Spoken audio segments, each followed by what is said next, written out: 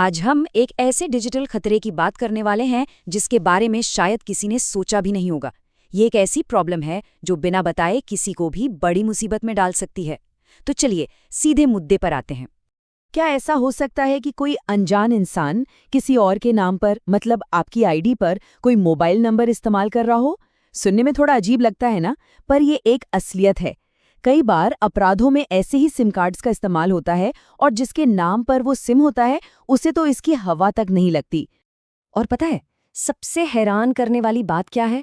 एक आईडी पर, जी हाँ, एक ही पहचान पत्र पर 10 सिम कार्ड तक जारी हो सकते हैं।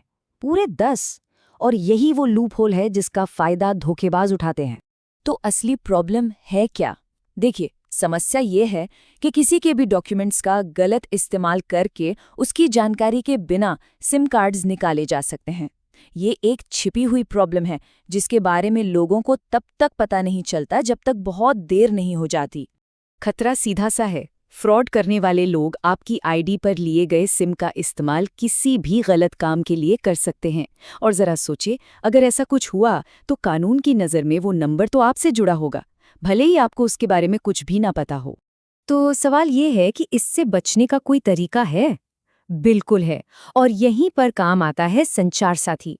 ये सरकार की तरफ से इस प्रॉब्लम का एक सीधा और बहुत कारगर सल्यूशन है। संचार साथी भारत सरकार का एक ऑफिशियल पोर्टल है। इसे खास तौर पर मोबाइल यूजर्स की मदद करने के लिए ही डिज़ाइन किया गया है। इसके जरिए बड़ी आसानी से ये पता लगाया जा सकता है कि किसी की आईडी पर कितने सिम एक्टिव हैं और उन्हें सुरक्षित किया जा सकता है। तो फिर इसे इस्तेमाल कैसे करना है? चलिए इसे समझने के लिए एक आसान स्टेप बाय स्टेप गाइड देखते हैं। ये प्रोसेस बहुत ही सिंपल है। ठीक है, तो शुरू करते हैं। सबसे पहले अपने ब्राउज़र में संचार साथी पोर्टल पर जाना है। वेबसाइट पर सिटीजन सेंट्रिक सर्विसेज का एक सेक्शन दिखेगा, उस पर क्लिक करें। वहाँ नो योर मोबाइल कनेक्शंस का ऑप्शन चुनना है। इसके बाद बस अपना कोई भी मोबाइल नंबर डालना है जो आपकी आईडी पर रजिस्टर हो। अगले स्टेप में स्क्रीन पर जो कैप्चा कोड दिखे उसे एंटर करना है। वैलिडेट कैप्चा पर क्लिक करते ही फ़ोन पर एक ओटीपी आएगा। बस वो ओटीपी डालिए और लॉगिन कीजिए और हो गया। अब स्क्रीन पर उन सभी मोबाइल नंबर्स की लिस्ट होगी जो आपकी आईडी पर जारी किए गए हैं। अच्छा, तो अब लिस्ट तो सामने है।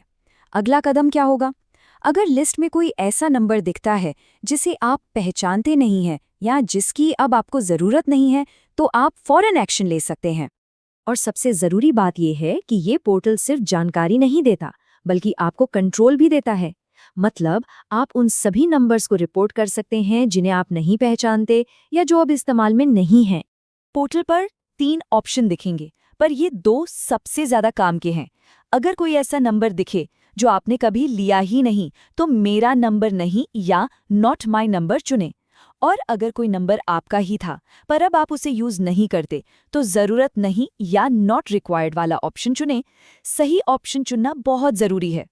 प्रोसेस एकदम सीधा है। जिस नंबर को हटाना है उसे सिलेक्ट करें, सही वजह चुनें और फिर रिपोर्ट बटन दबा दें। इसके तुरंत बाद स्क्रीन पर एक सक्सेस मैसेज आएगा और साथ में एक रिक्वेस्ट आईडी भी मिलेगी। हाँ, इस आईडी को संभाल कर रखना है। तो जब रिपोर्ट पर क्लिक होता है तो असल में होता क्या है? ये सिर्फ एक फॉर्म जमा करना नहीं है, बल्कि इससे एक ऑफिशियल प्रोसेस शुरू होता है। चलिए देखते हैं कि पर्दे के पीछे क्या होता है। देखिए, प्रोसेस कुछ ऐसे काम करता है। रिपोर्ट सबमिट होते ही सरकार उस टेलीकॉम ऑपरेटर को इन्फॉर्म करती है जिसका वो सिम है। फिर ऑपरेटर उस नंबर को इस्तेमाल करने वाले से री-केवाईसी मतलब डॉक्यूमेंट्स का दोबारा वेरिफिकेशन करने के लिए कहता है। और अगर वो वेरिफिकेशन नहीं हो पाता तो सिम कार्ड बंद कर दिया जाता है। और सबसे अच्छी बात यह है कि इस पूरे प्रोसेस के दौरान आपको अंधेरे में नहीं रखा जाता। कंट्रोल आपके पास ही रहता है और आप अपनी रिपोर्ट का स्टेटस भी चेक कर सकते हैं। वो जो रिक्वेस्ट आईडी मिली थी, याद है?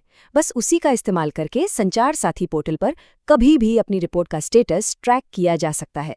इससे ये पता चलता रहेगा कि शिकायत पर क्या एक्शन लिया गया है। एक तरह से मन को शांति रहती है। अंत में सबसे ज़रूरी बात यही है, अपनी डिजिटल पहचान और सुरक्षा ये हमारी अपनी जिम्मेदारी है। ये एक छोटा सा चेक जिसमें बस कुछ मिनट लगते हैं, भविष्य में किसी बहुत बड़ी धोखाधड़ी या कानूनी पचड़े से बचा सकता है। तो जाने से पहले एक सवाल, क्या कभी चेक किया है कि आपकी पहचान से कौन-कौन से नंबर जुड़े हुए हैं? अगर नहीं तो शायद अब सही समय है।